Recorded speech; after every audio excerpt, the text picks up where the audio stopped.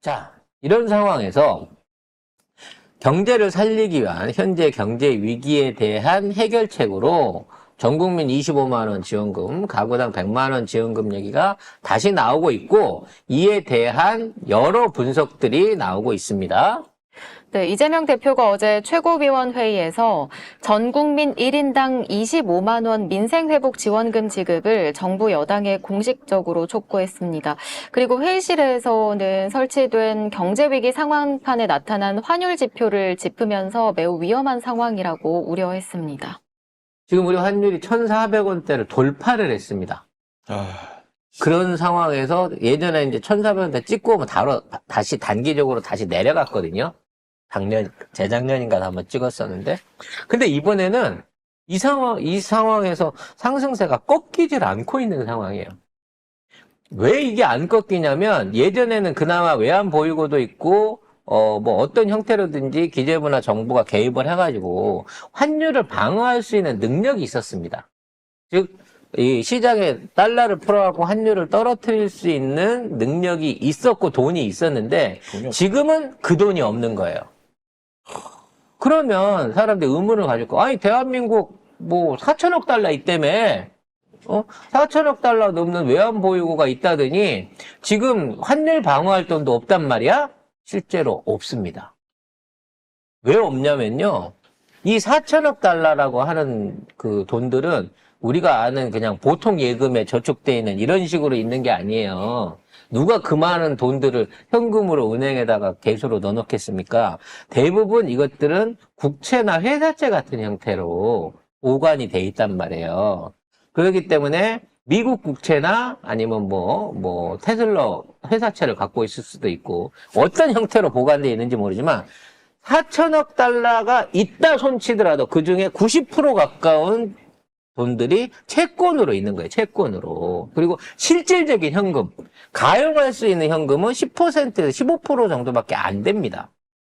그러면 있어봐야 400억 달러 이쪽 저쪽에 현금이 있어야 되는데 제가 보기엔 그 돈도 없는 것 같아요. 그래서 아예 환율 시장에 들어가질 못하고 있는 겁니다. 그럼 여러분들이 생각할 때 그럼 채권이라도 팔아! 라고 얘기를 하시겠지만 우리가 그 채권을 달러당 사들였을 때 900원, 1,000원대 사들인 거예요. 근데 지금 그 채권을 팔면 어떻게 됩니까? 환율로 계산하면.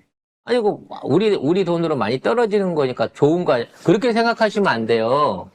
지금은 1,400원대에서 그걸 줘야 되는 거기 때문에 지금 있는 상황에서는 빚을 새로 내거나 채권을 팔면 안 되는 거예요. 우리 자산을 지켜야 돼. 달러를 지켜야 돼. 왜? 달러 가격이 너무 비싸니까. 이 상황에서 우리가 채권을 팔게 되면 오히려 지금 환율이 더 급상승, 지금보다도 더 높이 올라갈 가능성이 있다는 겁니다. 그럼 환율이 올라가면 이 미친 정부는 뭐라 그러냐면 환율이 올라갔으니까 우리 현대자동차나 삼성전자가 수출하는데 좋아. 이런 개소리를 띄우고 있는데 우리가 수출만 하고 살아요? 수입도 하고 살잖아. 우리나라에 유통되는 식량의 70%가 수입산이고요. 생필품의 70%가 수입산이에요. 단순하게 서민 물가가 폭등을 하게 되는 결과를 나온다고 이보다 더 올라가게 되면. 근데 이런 말도 안 되는 기사를 써요. 문재인 정부 때는 1,200원 됐다고 나라 망한다고 경제 망한다고 개난리를 폈어요. 진짜. 근데 지금 1,400원이 넘어가서 떨어질 가능성이 없어 보이는데 좋단다. 기재부도 포기를 하고 있는데 수출 잘 되니까 좋지 뭐.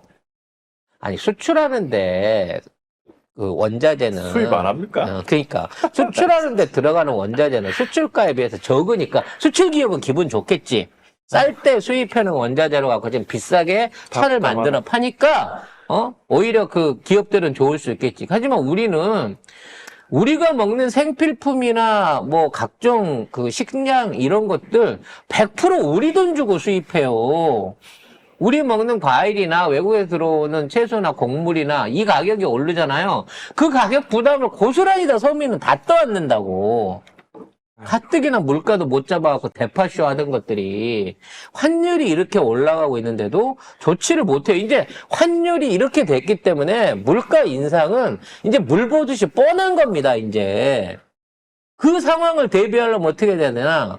어떻게든 국민들이 내수를 활성시킬 수 있도록 우리끼리 시장에 대한 어떤 그 활성화를 시켜갖고 유통량을 늘려서 전체적으로 이 환율을 정상화시킬 수 있을 때까지 무제한대로 돈을 풀어야 돼요. 그 윤석열이 그때 무슨 뭐 하지 않았나? 무제한으로 뭘 하겠다고 뭐. 물가에 무제한 돈 뭐. 투입하겠다고 얘기했잖아. 뭐래? 그럼 지금 투입을 하라고. 근데 또 이재명 대표 이거 하자는 또 안 한다 또? 당연히 안 하지. 왜? 이재명이 먼저 하자 그랬으니까. 아이, 아니 하자고 안 해도 안 할 거잖아. 안 해도 안 할 거지만 안 하면- 하자고 했으니까 더 안 하는 거지. 와, 진짜. 만일에 내가 이걸 한다 그러면 이재명 말 듣고 하는 걸로 사람들이 오해하잖아. 그러니까 더 안 하는 거지. 아니 가만히 있었어도 안 할 거잖아요. 가만히 있으면 가만히 있다고 안 했을 거잖아. 아무 말 안 했으니까 안 할 건데 이럴 거잖아. 그 전라도에서 그런 표현 쓰지 않나요? 어긋난 돼지발톱. 저희 어머니가 말 안 들어 처먹고 이렇게 옥이 찍찍 흐른다면서 어긋난 돼지발톱이라고 표현하시더라고요. 예. 그래서 지금 그 현재의 상황은 서민들, 그다음에 복지 사각지대에 있는 빈곤층들, 그다음에 자영업자들, 그리고 무리한 대출로 영끌해서 부동산을 지금 끌어안고 있는 주택 푸어들, 하우스 푸어. 하우스 푸어들, 요런 사람들이 지금 치명적인 거예요. 한꺼번에 다 날릴 위기야. 그래서 민주당은 일단 25만 원 풀고, 요거는 이제 그 시장에 있는 그 거래를 활성화시키기 위한 25만 원 13조 풀고, 소상공인 이자 부담 완화시켜주기 위해서 1조 원 추가 풀고요. 대환대출 2배로 확보하고, 그 다음에 전통시장이나 소상공인 위한 지원자금, 에너지 비용 지원, 그리고 전기료 인상 대비한 금융지원, 이런 것들을 지금 하자라고 얘기를 하고 있는 거예요. 사실 이 모든 게 윤석열이 전부 다 공약 때 한 번씩 건드렸던 내용입니다. 2,000조 풀고 다닐 때. 응? 그래서 그때 풀었던 돈들은 어떻게 되는 거예요? 아니 그때 풀기로 했던 돈들 어디로 간 거야? 그 돈 풀어야 될 거 아니야. 물가대책 무제한대로 풀기로 한 돈. 이기게 해주면은 푼다고 했으니까 이제 져서. 졌으니까 안 풀어도 되는 거야? 이겼다며 지난번보다 5석 늘었다며. 아무튼 이 상황에서 더 이상 이 정부가 아무것도 안 하고 태업을 하고 있으면요, 나라가 넘어가요. 나라가. 사람들 진짜 다 죽어요 진짜. 사실상 이게 IMF 같은 상황이 와서 국가 신용 등급이 개값이 돼버리는 상황이 온다는 거예요. 그런데 이 상황에서 우리가 이제 지금 같은 경우는 우리가 환율이 개떡이기 때문에 어디 가서 우리가 외환채를 발행하거나 그러니까 우리나라 원화 채권을 발행하거나 외국에 와서 돈을 빌려오게 되면 나중에 무조건 손해예요. 우리 입장에서는. 근데 지금 이러한 상황에서 자금 지원은 필요하단 말이에요. 이제 한국은행 것까지 다 갖다 썼기 때문에. 그래서 지금 뭘 노리고 있냐면 국민연금을 노리고 있어요.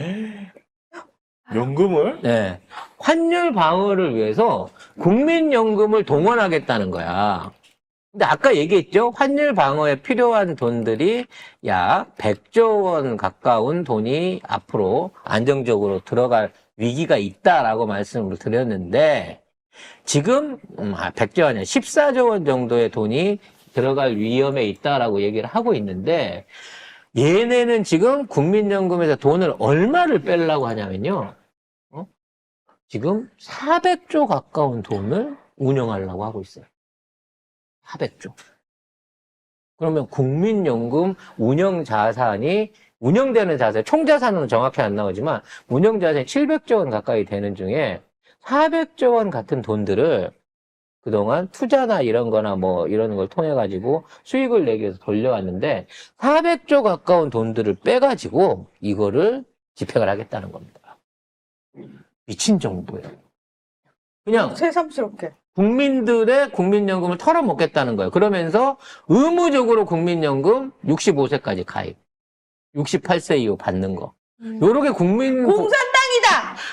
국민연금 재정도 재정에 관련된 것도 이렇게 바꾸겠답니다. 공산당이네! 일을 안 해도 내가 65세까지 국민연금을 넣어야 돼요. 그래야 68세부터 국민연금을 타게끔 만들겠다는 거죠. 지금 이 나라가 얼마나 재정 위기가 있냐면요. 우리 1년 예산이 얼마예요? 600조죠. 600조인데 지금 상반기 1, 2, 3월에 그 30% 가까이 되는 180조 원 이상을 이미 써버렸어요. 우리 돈 600조 중에 예산 중에 가뜩이나 돈이 없으니까 1, 2, 3분기에 180조 약 35% 가까운 예산을 이미 써버렸어. 그러면 10월 달 되면 예산이 없어. 돕나요? 그러면 추가. 그럼 나머지 10, 11, 12월 달은 어떻게 살아야 되죠? 그냥 공무원들도 월급 못 받고 나라 행정으로 할 수 있는 거 아무것도 못 하는 거예요. 그냥, 아무것도 안 하면서, 빚을 더 이상 낼 수는 없나요? 아니 지금 빚을 내면 말 그대로 달러 이자가 된다니까. 달러 빚을 내겠지. 그 달러 이자를 빌려줄 나라가 어디냐? 일본밖에 없다는 거야. 일본밖에. 이미 저는 지금 걱정되는 게 뭐냐면 215조군요. 213조군요. 600조 원 중에 213조 원을 이미 집행을 끝내버렸답니다. 지금 한미일 재무장관이 모였어요. 네. 모여가지고 뭔가 얘기를 하고 있죠. 그렇죠. 특히나 기시다를 개별적으로 만나서 얘기를 하고 있죠. 작년에 그나마 환율이 좋을 때 우리가 예산 없을 때 채권 발행하라고, 외환채 채권 발행하라고 그렇게 얘기를 했어요. 어차피 적자가 났는데 한국 신용 아직 괜찮고 아직 환율 떨어지기 전에 1,200원, 1,300원대 있을 때 지금이라도 외환채를 4조 원 이상 확보를 해라. 10조 원 이상도 비축을 해놔야 된다라고 했는데 그건 코에도 못 붙일 돈이면 작년에 결국은 긴축재정 한답시고 기재부에서 이걸 안 했어요. 근데 유일하게 일본에서만 5조 원을 사무라이 펀딩이라고 일본 은행에서 빌려왔어요. 그 당시에 이자가 1.2%인 걸로 제가 알고 있습니다. 작년에 빌려온 이자가. 일본은 그 당시에 금리가 0.4%, 0.3%였는데 한국에다가 1.2%를 주고 5조 원을 빌려간 거죠. 뭘로? 엔화로. 그러니까 우리는 엔화로 지불할 때밖에 그 돈을 못 쓰는 거예요. 그렇게 되니까 어떻게 됐을까요? 일본산 수입이 확 늘어날 수밖에 없죠. 결제하기가 유리한 게 엔화였으니까. 저는 이 상황에서 제가 몇 번을 걸쳐서 이 정권 탄생할 때부터 말씀을 드렸다시피 우리가 일본에게 어떠한 형태로든지 경제 주도권을 뺏기게 되고 일본에서 돈을 빌려오기 시작하면 그때는 일본이 독도를 달라면 독도를 줘야 되고 칠광구를 달라면 칠광구를 줘야 된다는 말씀 드렸는데 지금 이 정부가 유일하게 손 벌리고 있는 데가 일본이라는 거예요. 원래 우리가 미국이랑 무제한 통화수화포가 돼 있잖아요. 그러면 우리가 미국한테 대고 야 지금 우리 달러 모지라고 힘드니까 응? 한 400억 달러만 일단 현금으로 돌려줘 라고 하면 현금으로 돌려주라고 그걸 받았으면 지금 있는 상황에서 이 고환율 위기가 안 생겨요. 근데 미국이 우리랑 통화수화포를 체결해놓고도 우리한테는 달러를 안 빌려주는 겁니다. 안 바꿔주는 겁니다. 결과적으로 외교를 못하고 봉을 잡혀놓고 있으니까 얼마든지 처리할 수 있는 방법이 있었어요. 지금 이 경제 상황에 대한, 이 환율 위기에 대한 거. 비전문가인 송 작가도 어떻게 하면 되겠다라는 게 대충은 이 방법이 나와. 물론 그걸 관철시키는 건 외교력의 문제겠지만 그런 방식으로 접근하는 게 제일 국민들한테 피해를 안 주고 갈 수 있는 방법이란 말이야. 이걸 모르는 공무원은 없어요. 기재부 직원은 없을 거라고. 근데 왜 안 하고 있냐는 거지. 왜 이렇게까지 무리하게 국가 부채를 올리고 국가 신용도를 떨어뜨리고 환율을 올려놓고 있는 상황으로 유지하느냐는 거지. 나라를 팔아먹으려고 하는 거 말고 이게 다른 방법으로 생각할 수 있는 게 뭐가 있냐는 거예요. 나라를 망치고 싶어서 안달이 나 있어, 아주. 진짜. 그래서 빨리 비상내각 내지는 거국내각 아니면 연합정부가 필요한 거예요. 지금 있는 상황에서. 당장 제대로 일을 할 수 있는 외교나 기재부나 한국은행 같은 데서라도 적극적으로 나와서 일단 물가부터 잡으라고. 아니 조그만한 홈쇼핑 방송 채널 하는 우리도 지금 지속적으로 시중 물가가 오르는 데 대해서 부담이 너무 커요, 지금. 물가가 오르는 것 자체가 뭐 물건이 모질해 갖고 공급이 안 돼서 오르는 게 아니야. 옆에서 우후죽순으로 물가가 오르기 시작하니까 따라 오르는 거예요. 밀가루 값이 오르고 옥수수 값이 오르니까 사료가 오르는 거고, 사료가 오르니까 닭고기가 오르는 거고, 닭고기가 오르니까 가공식품 가격이 오르는 거 아닙니까? 석유가 오르면 연료비가 오르고, 그 연료비를 통해서 쓰고 있는 모든 생산 공장이나 농장이나 공장. 모든 부분 안에서 비용이 올라간단 말이에요. 이러한 상황들을 근본적으로 막을 대책을 해주는 게 정부인데, 이 정부는 그런 짓을 안 어렵다. 한다는 거죠. 너무 답답합니다. 빨리 끌어내려야 됩니다. 윤석열이 기시다를 만나서 뭔 얘기를 했는지는 모르겠습니다만, 전화통화. 전화 통화로 뭔 15분간? 얘기를 했는지 모르겠습니다만, 아마도 대한민국을 위한, 우리 서민을 위한 어떠한 정책이나 어떠한 변화를 기대할 수 있는 통화는 아니었지 않을까 싶어요. 아유, 그건 당연한 거죠. 독도 얘기도 안 했을 거예요. 씨. 아이, 여러분? 네. 왜 자꾸 상식적인 걸 기대하시죠? 망명지로 어디가 좋아요? 뭐 이런 거 물어봤을까요? 자, 이런 그럼 상황. 내가 일본 간다고 그래. 나 받아주라고. 뭐, 이렇게 얘기를 했겠지. 중간에 통역이 꼭 껴있으니까. 일본으로 와야겠니? 다른 나라도 많은데? 뭐 이런 얘기 하지 않았을까?